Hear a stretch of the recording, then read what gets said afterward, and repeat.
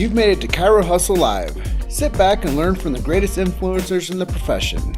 This episode is brought to you by Clothes for Chiro, Chiro Sushi, Barbara Eaton's 56-day chiropractic bootcamp, Moveville University, Pure Chiro Notes, Dr. Alok Trivedi, the Black Diamond Club, Element Mattresses, Legacy Wealth Management, Posture Screen, Vita Chiropractic, the Universal Traction System, MedZone, Vantage Point Marketing, and Imaging Services.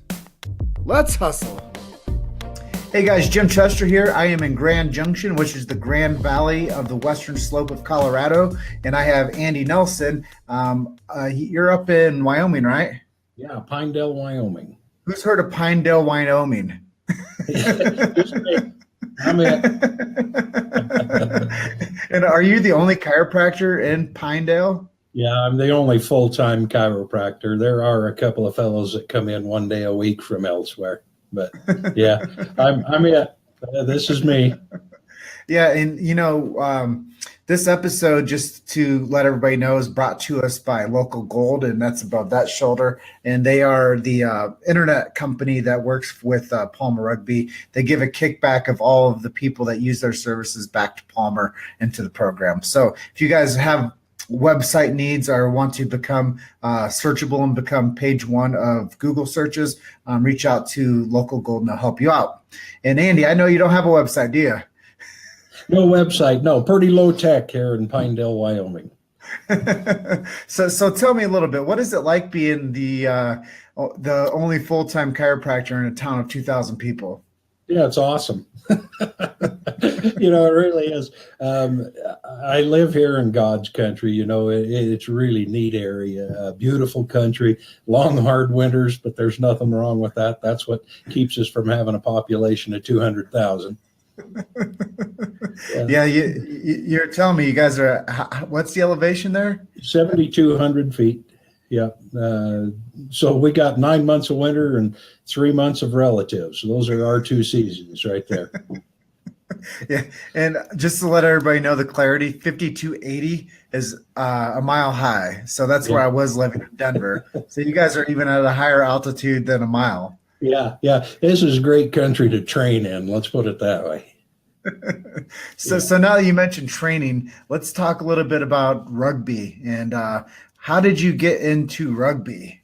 Yeah, well, I had a college football past, and I was walking by, that had since ended, and I was walking by rugby players there at Utah State down in Logan, Utah. And man, it looked like an awful lot of fun. And I just pulled one of them aside and I said, can a guy get involved in this, or is this a closed deal? And oh man, they were just more than happy to grab a hold of me and say, yeah, come on in, we'll teach you. So let's talk about your career playing rugby and how that got you to Palmer. Oh man. So I started playing rugby there at Utah State and just had an absolute ball.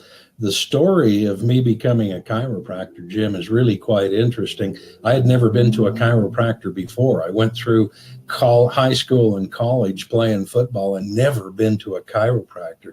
What a wreck I was. But I married a lady and she'd been to a chiropractor her whole life. And she started getting a little numbness in a thumb and in a finger. And she says, I'm going to see the chiropractor. I said, all right, go ahead. And he cleared that right up. And man, that just turned a light bulb on for me.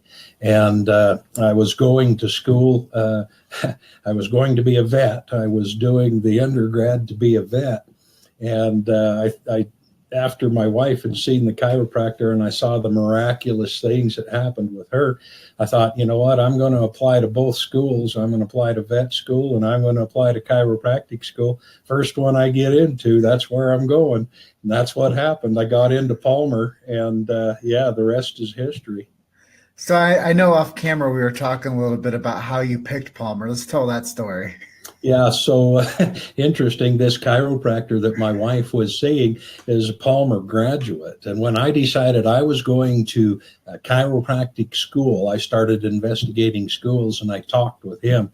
And his name was Dr. Astle. And I said, Doc, where should I go? He was a Palmer graduate, and he said simply, if you want to be the best, you need to go to the best school. And I quit looking after that, and I applied to Palmer.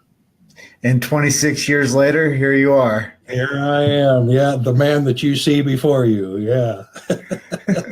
So I know also that it's been a little bit time since you've been back to the Fountainhead. What's bringing you back this year? Well, the symposium. That's why I'm going. I've got great friends, good buddies that said you need to come back to symposium. I was back for the 50th anniversary of Palmer Rugby at homecoming, and that was just an absolute treasure. Wonderful opportunity to go back and go back to the Fountainhead, get fed once again. And that's the other thing too, is continuing education out here in Wyoming is few and far between. Okay. So when I've got the opportunity not only to get my continuing education hours, but get the tick back into my practice, I've jumped all over it. Yeah, for me, I'm not a chiropractor. Many of you guys know that, but I get a chance to go back and learn.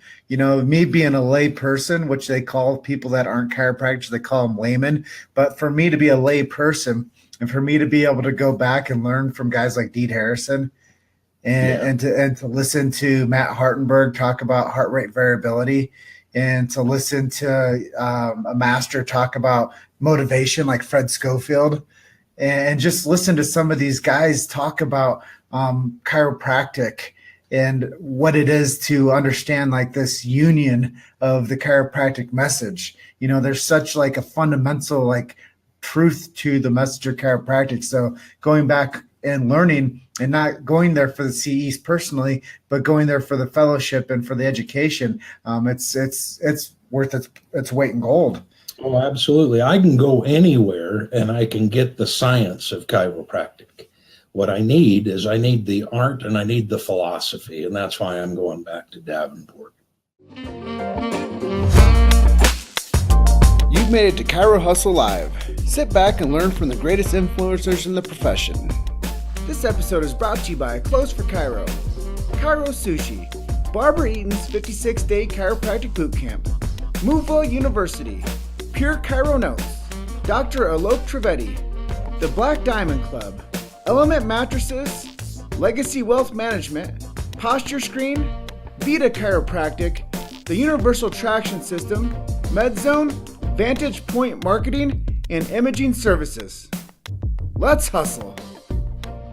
Yeah, and I always tell people this, I lived 1.2 miles. I grew up 1.2 miles from the shadow of Palmer.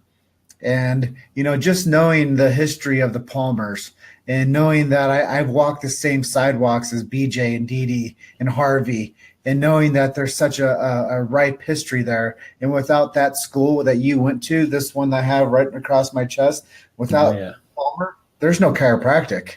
Right. Exactly right. You bet.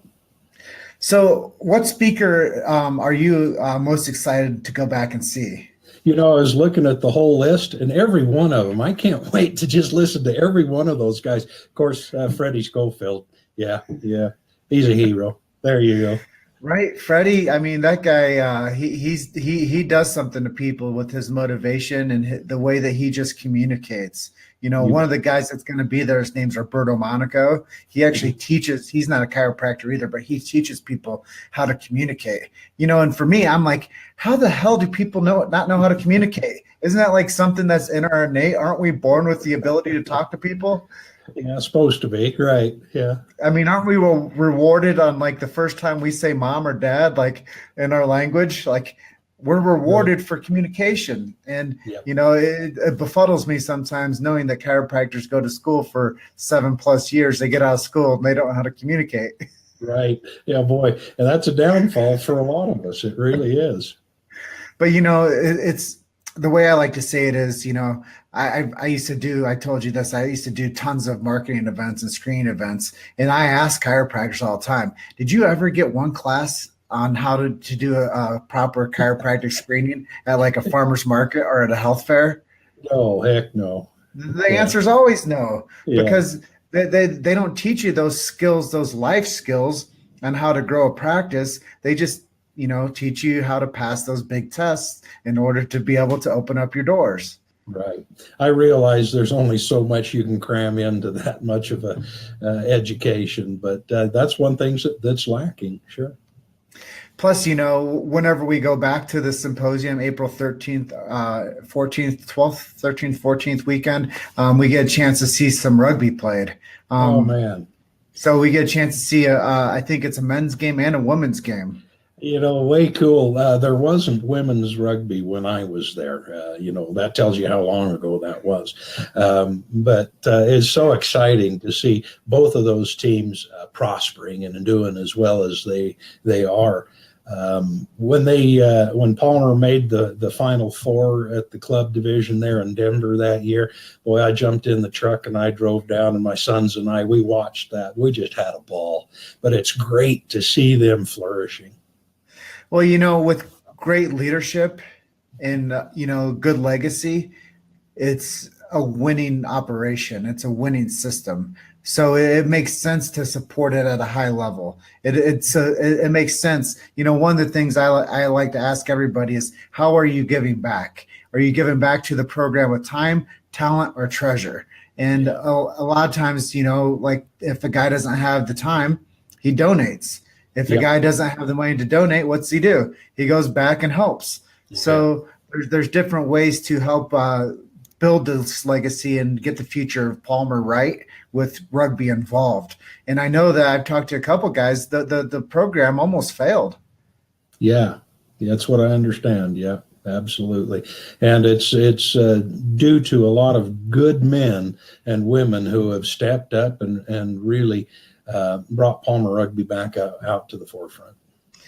And I think it's integral. I read the memoirs of David Palmer, and he's the one that started the rugby program back in the 60s. And without him starting that program, I think that there's pockets. I call them chiropractic deserts.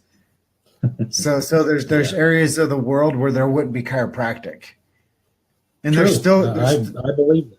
There's still chiropractic deserts. And you go to like a metropolis, like a Chicago or a Denver or a Philadelphia or something, a big city, and it's almost like you think that there's a chiropractor on every corner. But there's huge swaths of land out there where there's not one chiropractor. I have a friend over in Bosnia. There's not one chiropractor in Bosnia. Oh, yeah. Yeah, no doubt. Well, before I moved here in 1992, chiropractic was just one guy that stopped in every once in a while.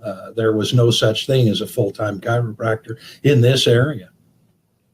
So let's switch the gear back to you again. What is it like being the primary caregiver in a community of 2,000 people? There's quite a bit of, it's awesome, all right? And there's a lot of responsibility to it, because a lot of the people in this area, they're hardworking people. A good portion of them do not have insurance, and they come in to me, and I am their primary care provider. So it makes it, I have to really be on my game every day, because I have no idea what's walking through that door that day. Yeah, that's really cool. It's really an honor for me to be able to talk to, I don't know if you consider yourself an old boy at this point, but oh yeah, the gray that day, absolutely. Yeah, once that starts to show through, definitely, I'm an old boy. I have to watch my behavior sometimes. No. I earned every one of these. No, it's good. I'm an old boy. You bet. But yeah, for me, for my positioning, it's really cool to talk to, the students that are still playing there, and talking to second generation chiropractors, and talking to people that have had, 40 plus chiropractors in their families that have gone through Palmer, and having friends that went through the program and are contemporaries of mine that I had a chance to build friendships with, and seeing what they're doing to give back to the program as well. You bet. Absolutely. Well, I know that we're coming up on the edge of our chat today. Is there anything I didn't talk to you that you'd like to share with our audience today? Oh, I'm just really looking forward to getting back to Davenport in April. I'm looking forward to seeing a lot of my good old friends. Tim DeBoer, Dale Smith, Todd Salo, all those boys, they're just part of me now. Like you said, it's a brotherhood. And I just can't wait to see everybody, the Castile boys, just looking forward to seeing everybody. Kurt Burback, man, I could just go on naming all the names, but yeah, really looking forward to getting back to Palmer. Yeah, I grew up in that town, so I look forward to going back to the Fountainhead as well and seeing my friends and family back in Davenport, Iowa. Just to let everybody know, this episode was brought to us once again by Local Gold. If you guys need web services and want to get on the first page of Google, reach out to Local Gold and help them manage your website services. And Dr. Andy, man, it's really nice to get to know you a little bit, and I look forward to seeing you back there at the Fountainhead too. Boy, me too, Jim. Hey, thanks a bunch, Pardon. Thanks for all you do for chiropractic. Thank you. Hey, I have a lot of fun. I tell everybody this: you're one story away. Keep hustling. Right on. All right, we'll see you, Andy. All right, thanks, Jim. Thank you for listening to Chiro Hustle Live. Don't forget to subscribe and check back next week to continue hustling.